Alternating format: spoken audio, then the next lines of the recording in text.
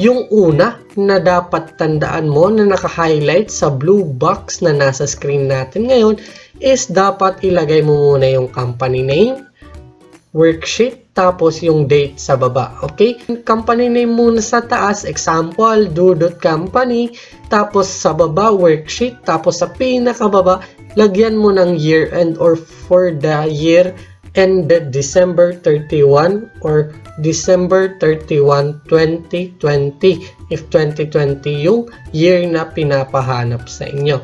Okay? So, punta tayong next. Yung next dito na ilalagay mo is the account number.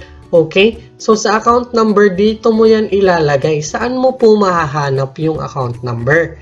Yung account number po is nasa chart of accounts. If binigyan tayo ng problem ng chart of accounts, doon po natin makikita yung account number na sinasabi. Okay? Ngayon, magsasagot tayo ng isang accounting problem which is ni-request natin sa ating mga members ng ABM Accounting PH. No? Thank you so much to Taro and EJ na binigyan tayo ng problem para may masagutan tayo dito sa pag-prepare ng accounting worksheet. No? So, yung pinili ko is itong problem na to, Rosalina Bisario, Surveyors, Trial Balance, May 31, 2019. So, ito na yung gagamitin natin sa pagsasagot. As you can see, meron siyang trial balance na pinakita. Itong trial balance na ito, malamang sa malamang ay hindi pa to adjusted. So, itong tinatawag na unadjusted trial balance. Merong mga information below pertaining to the year-end adjustments that are available na. Okay, so nire-require tayo na mag-prepare ng adjusting entries or adjustments sa worksheet and pinapa-complete tayo ng worksheet. Okay, so let's start. So, pinakauna, ilalagay muna natin itong yung pinaka-heading niya which is ikakopy natin ito, Rosalina Bisario Surveyors, Trial Balance, and dapat yung year-end yata niya is May 31, 2019, not the typical one which is yung December 31, 2019. Note natin na ang year-end niya is May 31, 2019. So, i-copy natin sa ating accounting worksheet. So, ilalagay natin sa middle part which is Rosalina Bisario Surveyors.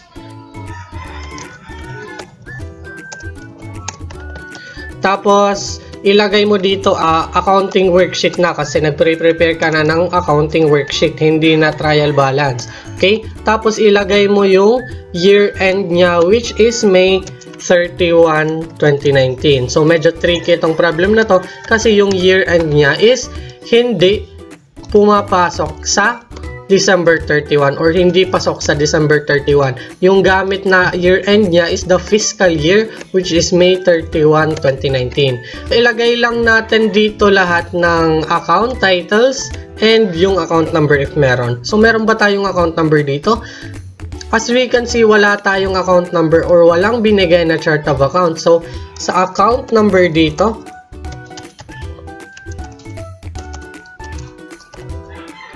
wala tayong ilalagay, okay? Kasi wala namang binigay na chart of accounts. So, meron lang tayo account title or account name. Okay? Tapos, ilagay dito muna sa first column, first two column, unadjusted trial balance. Pinakita natin kanina na dapat ito ay unadjusted trial balance. Okay? I-copy lang muna natin yung mga details like cash, accounts receivable,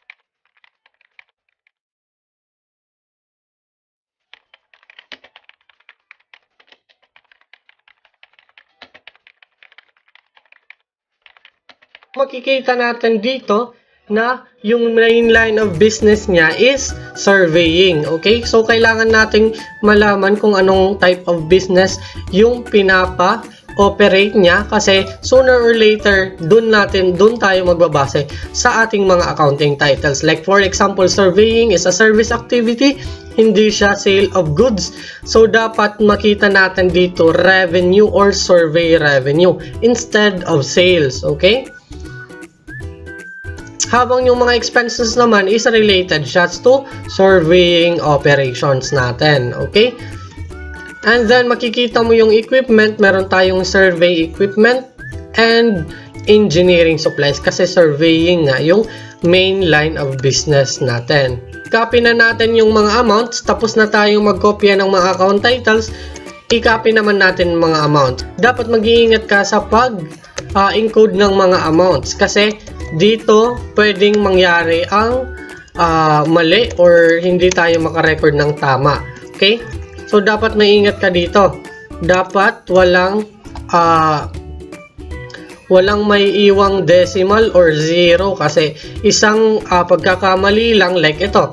1,980,000 tapos dito 1,890,000. Mali yung ginawa natin. So, dapat be aware tayo sa mga transposition errors, sliding errors, and the other type of errors. Okay? So, accumulated depreciation for equipment worth 640,000 based on credit. Tapos, 190,000 sa payable. Meron na tayong account title and adjusted trial balance. Meron na tayong mga amounts. I-sum up na natin using the Excel formula or ikaw meron kang calculator dyan, i-sum up mo na kung magkano. Dapat yung lalabas is 9,080 pareho. And then, meron ka dapat 9,080 dito. Kung i-sum up mo yung credit. Kasi, trial balance yan. Dapat mag-balance yung amounts. Okay? Sa column 1 and 2, meron tayong adjusted trial balance. Kung balance sila, don't forget to double roll. Okay? I-double roll muna kung balance na sila. Huwag mong kalimutang mag-double roll. Kung meron na tayong unadjusted trial balance dito, okay na tayo. Now, let's go to filling up the adjustments or yung mga adjusting entries natin. Okay? Simulan muna natin sa A. So, the following information daw pertaining to the year-end adjustments is available. Sa A, 360 prepaid advertising represents expenditure made on November 1, 2018 for monthly advertising over the next 18 months. Tapos, na-record daw niya is prepaid advertising. I-check natin kung prepaid advertising nga ba. Titignan ulit natin sa trial balance kung may account na prepaid advertising. Okay, so ngayon, meron nga ang prepaid advertising na balance, saktong-sakto 360 pa yung nilalaman niya. Okay, kung magko-compute tayo ng November 1, 2018 to May 31, 2019, it is good for 7 months only. Tapos, itong 360,000 is good for 18 months. Okay? So, i-multiply lang natin using our calculator pa din yung 360,000. I-multiply mo by the month outstanding on 2019 which is from November 1 to the May 31, 2019 which is 7. So, 7 over 12 or 7 over 18? 7 over 18 kasi for the next 18 month pa yung balance ng 360,000. So, yung lalabas dito is 140,000. Ano yung entry natin? Asset method kasi yung ginamit. Meaning ng asset method, sa pag-record ng transaction, yung ginamit niyang account is an asset rather than as an expenses. Okay, so meron talaga tayong adjustment para rito. 360 times mo ng 7 over 18, ang lalabas is 140,000. Ano yung entry natin? I-credit mo na syempre yung prepaid advertising, tapos debit ka na ng advertising expense. Dito, maghahanap tayo ng advertising expense. Wala tayong nahanap, so mag-a-add tayo sa baba, advertising expense. Okay, sa baba, mag-record tayo ng debit na 140,000 para maging expense niya. Tapos, credit mo rin yung 140,000 dito sa ating prepaid advertising. Okay? Meron tayong 140,000 na credit, meaning bawas sa balance ng prepaid advertising. So, tapos na tayo sa letter A. Yun lang po yun, yung mga adjustments na ilalagay sa worksheet. Huwag po kayong malito kasi madali lang ito. Okay? Punta na tayong letter B. Account of engineering supplies as at May 31, 2019 is 90,000. Tignan ulit natin kung merong account na engineering supplies. So, meron nga, classmate, meron account ng engineering supplies nasa pang-apat na title name. Meaning, nirecord siya using the asset method. Nag-record tayo ng supplies pero hindi muna natin kaagad pre-note out by as an expense. Okay, so nag-record lang muna tayo ng asset which is called engineering supplies. Tapos na supplies count tayo or inventory count, nakita natin na yung balance na lang pala ng engineering supplies is 200 or 90,000. From 270,000 naging 90,000 na lang. So may nabawasan tayong supplies worth 180,000. So, malaki-laki yung binawas or yung kinaltas sa atin. Okay? So, at the account of engineering supplies is 90,000 na. So, babawasan natin dito yung engineering supplies mo ng 180,000. So, yung 180,000 ibabawas natin sa engineering supplies. Tapos, magdi-debit tayo ng supplies expense. Tignan nga natin kung merong supplies expense. Mukhang walang supplies expense. So, magre-record tayo ng another chart of accounts to record such transaction. So, mas magandang ilagay dito is engineering supplies expense. Di-debit natin magkano yung nawala. 180,000. Considered mo na yung nawala as your expenses. Okay? Magre-record na tayo dito ng debit of 180,000 to record such transaction. Yung paubos ng engineering supplies. Okay? So, let's go to the next. A depreciation on the surveying equipment amounted to 160,000. Yung 160,000 na to, yun na ba yung ating isusulat dito sa depreciation expense? Ang sagot ay yes. Nakakompute na po automatically yung depreciation which is amounting to 160,000. Tignan nga natin if may depreciation expense dito. Walang depreciation expense, so we will record depreciation expense. So itong mga tatlo na ito is from the adjusting entries. Okay? So adjusting entries ito sila. Pati yung engineering supplies and the depreciation expense. Magre-record tayo dito ng depreciation expense which is 160,000. Tapos, credit tayo ng accumulated depreciation 160,000. Okay? Now, let's go to letter D. So, letter D na tayo. And 1/3 of the unearned survey revenue has been earned at the year-end date. If i-multiply natin yung 120,000 times 1/3, kasi 1/3 nga, yung lalabas sa atin is 40,000 pesos. So, itong 40,000 pesos ay i-record na natin dito. Kasi dapat, unearned na tong 1/3 na to, yung lalabas is debit tayo sa adjustment ng 40,000, tapos, credit tayo ng survey revenue kasi revenue na yan ni company. So, 40,000 din dito. Okay, let's go to letter E. Letter E na tayo. So, at the end of the year, salaries in the amount of 140,000 have been accrued. Okay? So, 140,000 daw ay in-accrue ni company. So, salaries,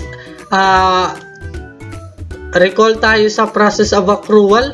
Pag sinabi mong salaries amounting to 40,000, dapat mag-record na tayo ng debit salaries expense, correct? Debit tayo ng salaries expense 140,000. Tapos ilagay natin sa salaries payable dito to record the effect of the transaction. Okay, sa salaries payable, magkakaroon tayo ng credit na 140,000. Okay, sa adjustment pa lang yan. So, meron pa tayong last interest of 60,000 on the notes has occurred at the year. Magre-record ba tayo ng accrual of expenses dito?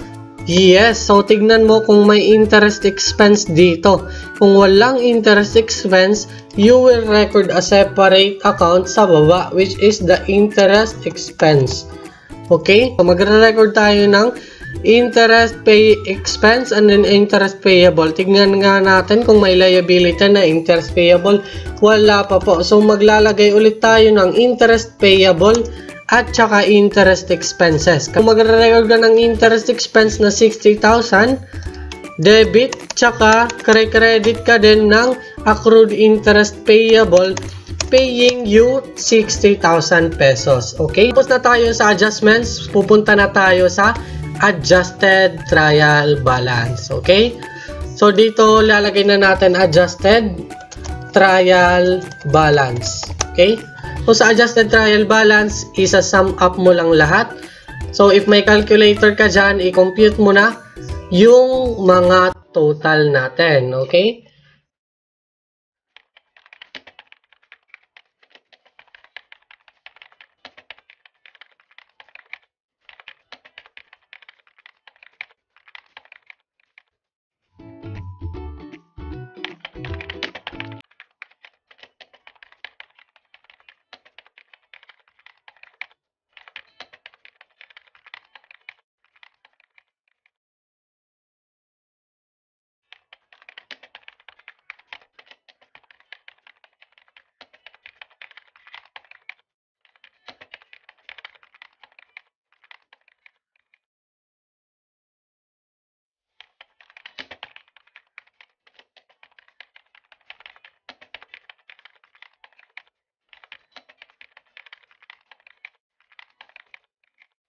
Tapos na tayo maggawa ng adjusted trial balance. Ito total natin ulit if balance siya. Okay? Tignan nga natin, i-sum up natin using your calculator. 210,000 plus 930,000 plus 220,000 plus 90,000 plus 1890 plus 700,000 plus 3410 plus 960,000 plus 250,000 plus 160,000 plus 80,000 plus 140,000 plus 180,000 plus 160,000 plus 60,000. Yung lalabas is, isam natin lahat. Double check mo po. Dapat, nag-discuss tayo sa adjusting entries. Dapat dino-double check para masiguro na balance yung item. So, balance dito. I-highlight ko ng bold kasi balance siya. Okay? Tapos na tayo sa adjusted trial balance. Ano naman yung sunod? Yung sunod is yung income statement. Mag-prepare na tayo ng income statement. Okay, so sa income statement hindi mo na isasali yung sa income statement hindi mo na po isasali yung mga real accounts, meaning ng real accounts, mga balance sheet accounts na hindi na close sa end of the accounting period. Okay? So yung mga income statement accounts lang, simula tayo dito sa survey revenue, i-copy natin dito.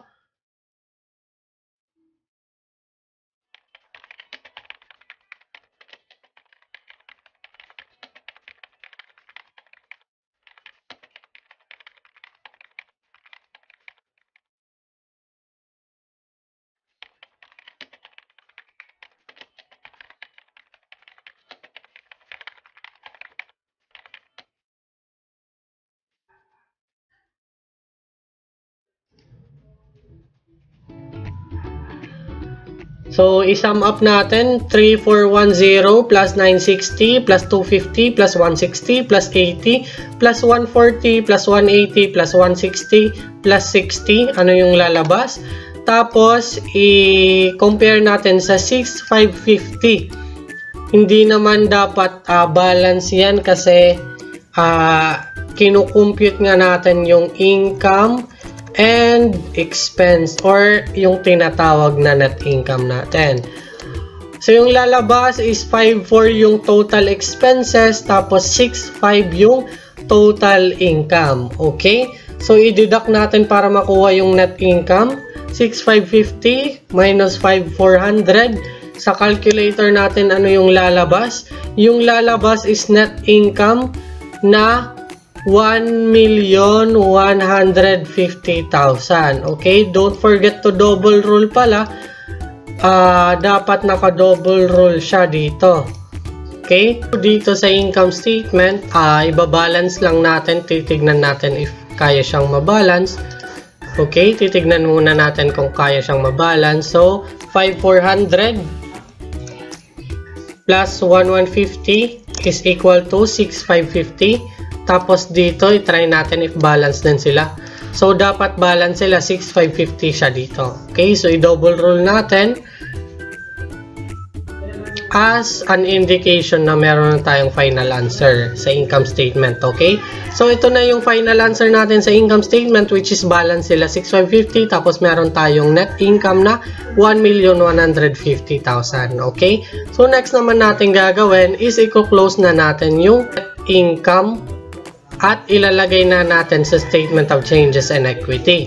Okay, so una nating ilagay, naka-debit siya dito sa income statement kasi clinose nga siya, hindi pa siya clinose sa retained earnings, so debit balance pa siya, pero once na i-close na natin is i-credit din natin as an addition to capital. Tapos kopyahin lang natin yung withdrawal dito na 700,000, tapos yung beginning capital which is 1,120,000. Okay? Tapos i-sum up na natin dito using your calculator. Ipakita mo sa akin yung sum ng 1,120,000 plus 1,150,000. So dapat yung lalabas dito is 2,270,000. Tapos ininet natin siya dito, i-close kasi natin yung 700,000. So dapat yung lalabas na ending balance niya is 1,570,000. Ito na po yung ating magiging ending balance ng capital. So na-close na dito lahat ng income, net income, tapos close na natin din yung withdrawal. Okay? So, try nga natin if balance sila, isum ulit natin. So, dapat meron tayong balance na 2,270,000 para magkaroon tayo ng balance ng debit tsaka credit.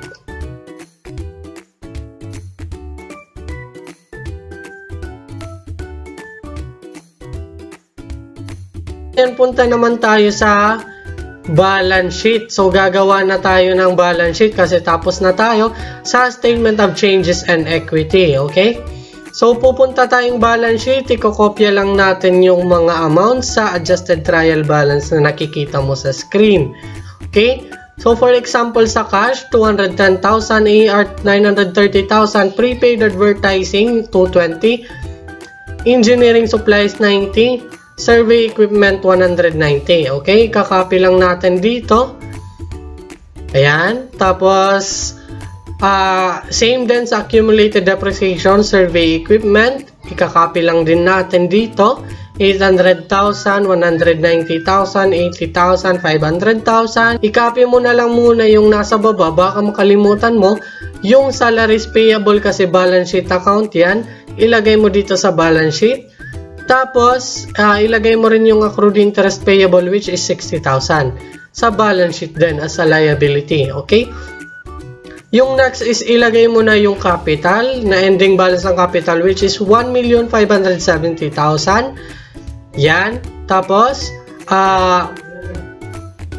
ikopya mo lang, isum up mo na lahat, dapat yung lalabas is 3,340,000. Okay, so using your calculator, i-add nyo lang lahat ng mga items like 210 plus 930 plus 220 plus 90 plus 1890. Dapat yung lumabas is 3,340,000. Tapos sa credit din, dapat yung lalabas na sum using your calculator is 3,340,000. Okay? So yun na po, yun yung answer natin. I-double roll mo lang dito to signify that your answer is your final answer na. Okay? So yun lang po yung dapat tandaan. Mabilis lang yung pag-prepare ng worksheet basta alam mo yung adjusting entries. Una, alam mo yung double roll, alam mo yung pagpo-position ng account kung debit siya or credit, tapos dino-double check mo yung mga total, and then yung last is dapat correct or accurate yung paglalagay mo yung number.